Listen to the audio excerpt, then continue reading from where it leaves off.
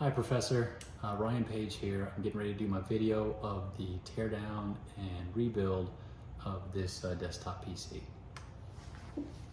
Okay, I just wanted to do a quick little overview of what this computer has. It's a Lenovo ThinkCentre M700. It has an i5 6400T CPU. It has 8 gigabytes of RAM. It's currently running a 64-bit operating system. And this is what it'll hopefully look like when we get done putting it back together. Okay, the items we're going to use to take this computer apart are going to be our ESD anti-static gloves instead of a wrist strap. We have some thermal paste to put back on the processor once we take the CPU cooler off. Phillips screwdriver to remove all the components. A set of tweezers for grabbing the small stuff. And a plastic pry bar in case we need to pry any connectors off and be gentle about it. Okay, so first things first, we want to disconnect all of our peripherals. So the computer's already powered off. I just disconnected the keyboard and the mouse, and I'm going to get those out of our way to make our area look a little bit better. Cleaner. Next, I'm going to disconnect the display port to DVI adapter, and finally the power connector.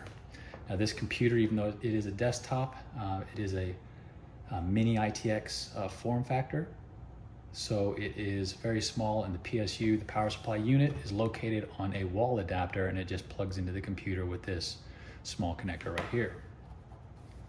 All right, so on go the ESD gloves.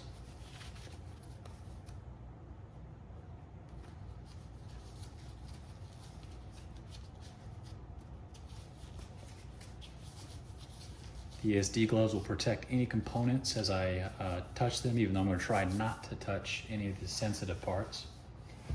Here we have the computer itself. Power button is located right here. I'm going to go ahead and press and hold the power button for 1, 2, 3 seconds to dissipate any stored energy.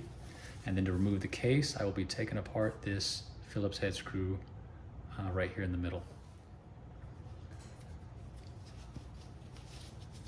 All right, so a little break there. I went ahead and put on a headlight to make sure I'm getting enough light in the video here. Again, Phillips screw in the middle, we'll remove that. That'll give us access to the internals of the case.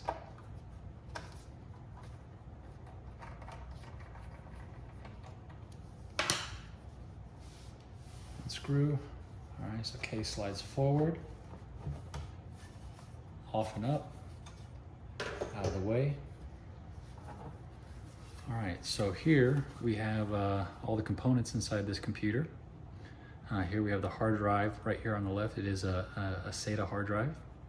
Here we have the CPU fan that blows air over the CPU cooler, and you can see the CPU cooler on the bottom with that copper pipe and this metal plate here.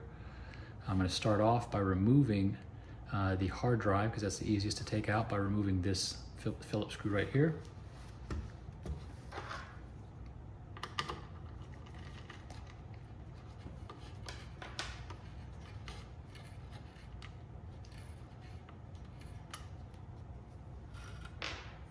Once that screw is removed, all I have to do is slide the chassis back. And the chassis and the auxiliary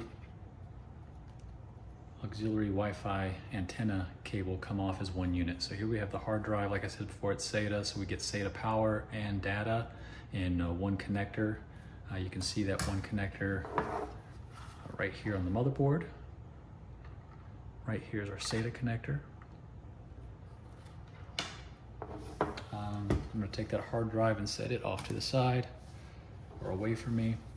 Next, you can see the two small form factor DIMM, the SO-DIMMs, and the SO-DIMMs are removed by just pressing either one of those spring tabs on the side, and then the DIMM's going to pop up towards the top of the computer there.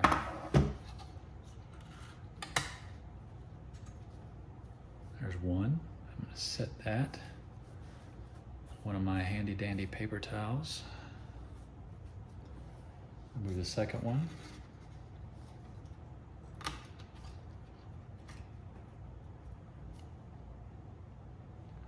Handy dandy paper towel. Okay, so we have the two SODIMMs out of the way. We have one expansion card here, where my finger's at. That is the Wi-Fi card. It has one cable still connected to it. I'm gonna go ahead and pull the cable off, pull the screw off, and pull the expansion card out.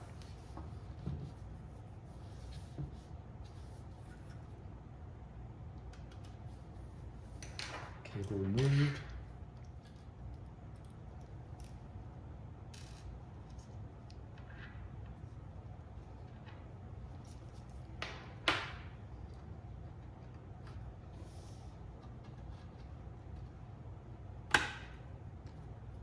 Now the Wi-Fi card uses the mini PCIe bus on the motherboard. I'm gonna set that off next to the RAM. Next, we're gonna go for the CPU fan that blows across the CPU cooler. It has one connector here on the motherboard connected to this header right here. I'm gonna go ahead and remove the 1, 2, 3 screws and the one header connector, and we'll remove that. All right, that got it. Okay, so now we can take the fan off. Here's the header or the connector that connects to the motherboard. Fan has 1, 2, 3 screws. Now we can see the CPU cooler and the copper pipe that sends the coolant back and forth to the radiator to blow the heat across and dissipate the heat when the CPU is running. I'm gonna go ahead and take out 1, 2, 3, 4 screws to remove the CPU cooler. The CPU cooler also has a speaker connected to it that's connected to the motherboard. I'm gonna take that off as well.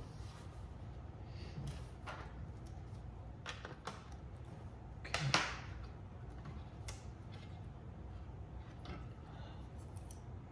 All right, so speaker with the CPU cooler is removed. You can see the thermal paste that's on the CPU cooler that was touching the CPU. This is all the cooler is for this model, so I'm going to set it down face up. We're going to clean the thermal paste off here in a second. Right now we have the CPU, the processor exposed. It's an LGA 1151 socket, if I remember correctly. And all we have to do is lift this pry bar up and off, or up and over, and we should be able to release the CPU from the socket. So I'm gonna go ahead and stop the video. I'm gonna clean off this thermal paste from the CPU cooler and the CPU, and then we'll pick back up. Okay, Professor, we're back on. I just cleaned the CPU cooler. Now we see the copper exposed there where the thermal paste was before. I also cleaned the processor, so now we can see our Core i5, our Intel Core i5 there, 6400T.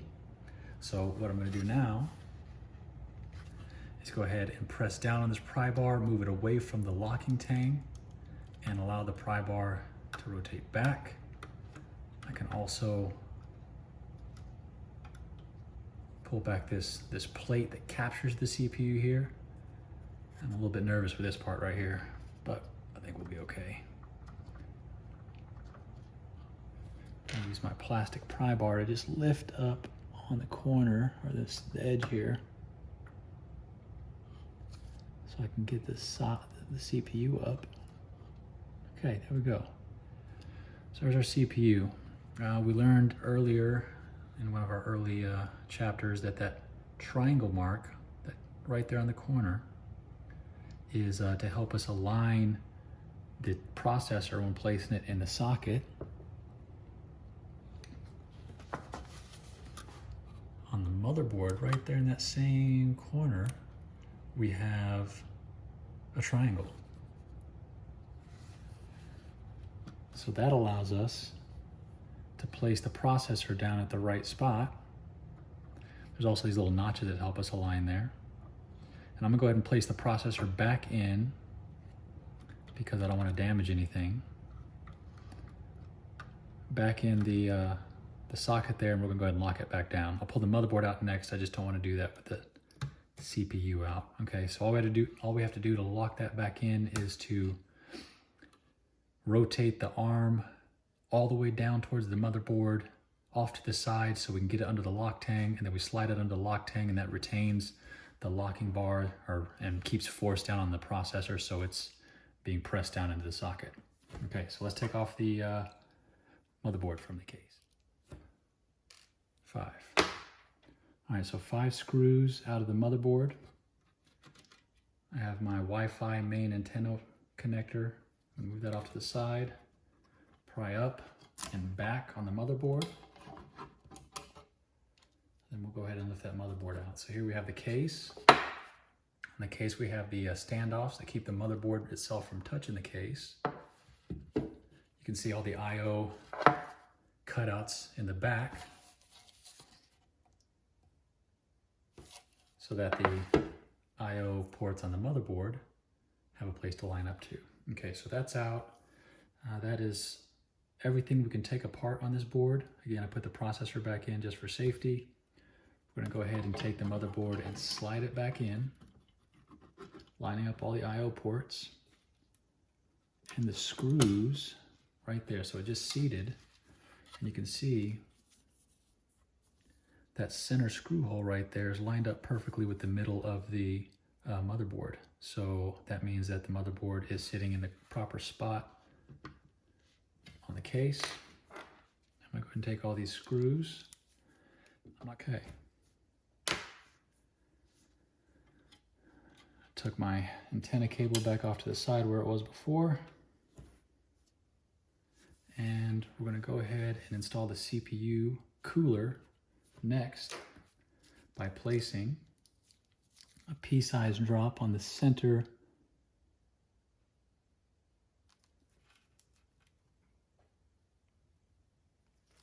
of the processor there.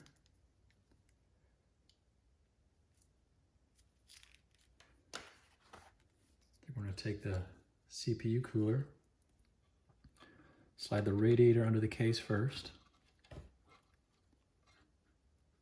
get everything lined up, and then I'm going to go down, engaging the coolant or the CPU paste, the heat paste I just put on there, and placing the screw holes directly over where they belong, so that way I'm not sliding back and forth.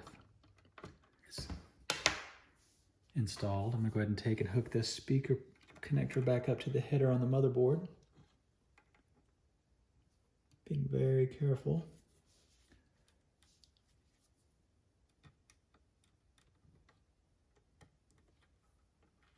Tuck the wires where they're going to be safe.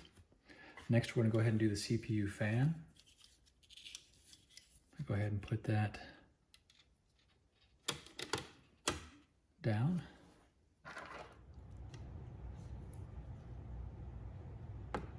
Okay. Next, let's go ahead and do the memory. So the memory, these SODIMMs go into the motherboard kind of at an angle, so they don't go flat down. They go in at an angle first, and then they rotate and lock down. So I'll start with the slot closest to the motherboard, and I'll slide the SODIMM all the way in to where the pins, the gold connectors, are completely inside of the motherboard connector, and then I'll just rotate it down towards the motherboard until it snaps in like that. Next DIMM, same way. Slide it all the way into the slot until the pins are no longer visible. Rotate it towards the motherboard, lock it in. Finally, we have our Wi-Fi expansion card. That's going to kind of install the same way. That's going to go in at an angle into the mini PCIe, and then it's going to rotate towards the motherboard, but it's going to be retained by a Phillips screw.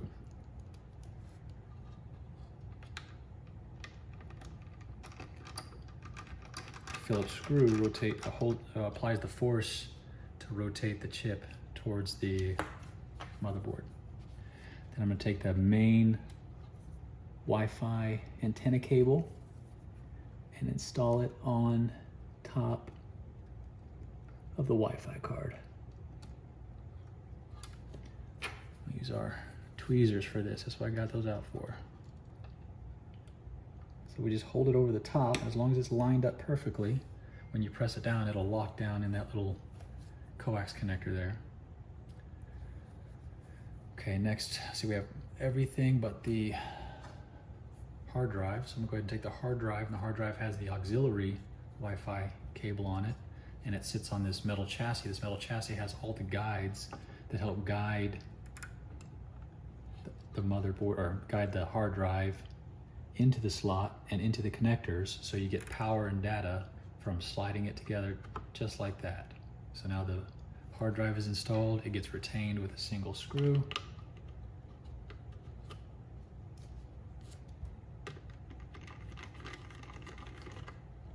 Tighten that down. Finally, we have our case. Our case is going to start off a little bit forward. Case cover is going to start out forward of the computer. It's going to sink straight down and then slide back, engaging the chassis intrusion switch, and again will be retained by a single Phillips screw. Okay. So now I'm going to stop the video here, get all the I/O and video hooked back up, and we'll be back in a second. All right, moment of truth here. I just pressed the power button after getting all the peripherals hooked back up. One thing I forgot to mention in the video, or the previous video, was to clean off all the thermal paste. I just use alcohol and a small cloth. Okay, so it looks like we have a window screen up there. Let me get you zoomed in.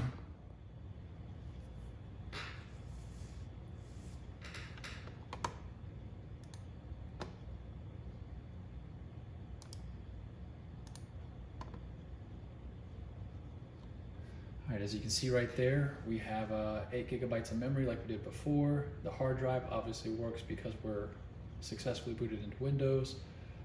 Processor obviously works for the same reason. Okay, Professor, this is my video on the teardown and rebuild of a small computer. Hopefully I covered everything. If there's any questions, please let me know. Have a good day.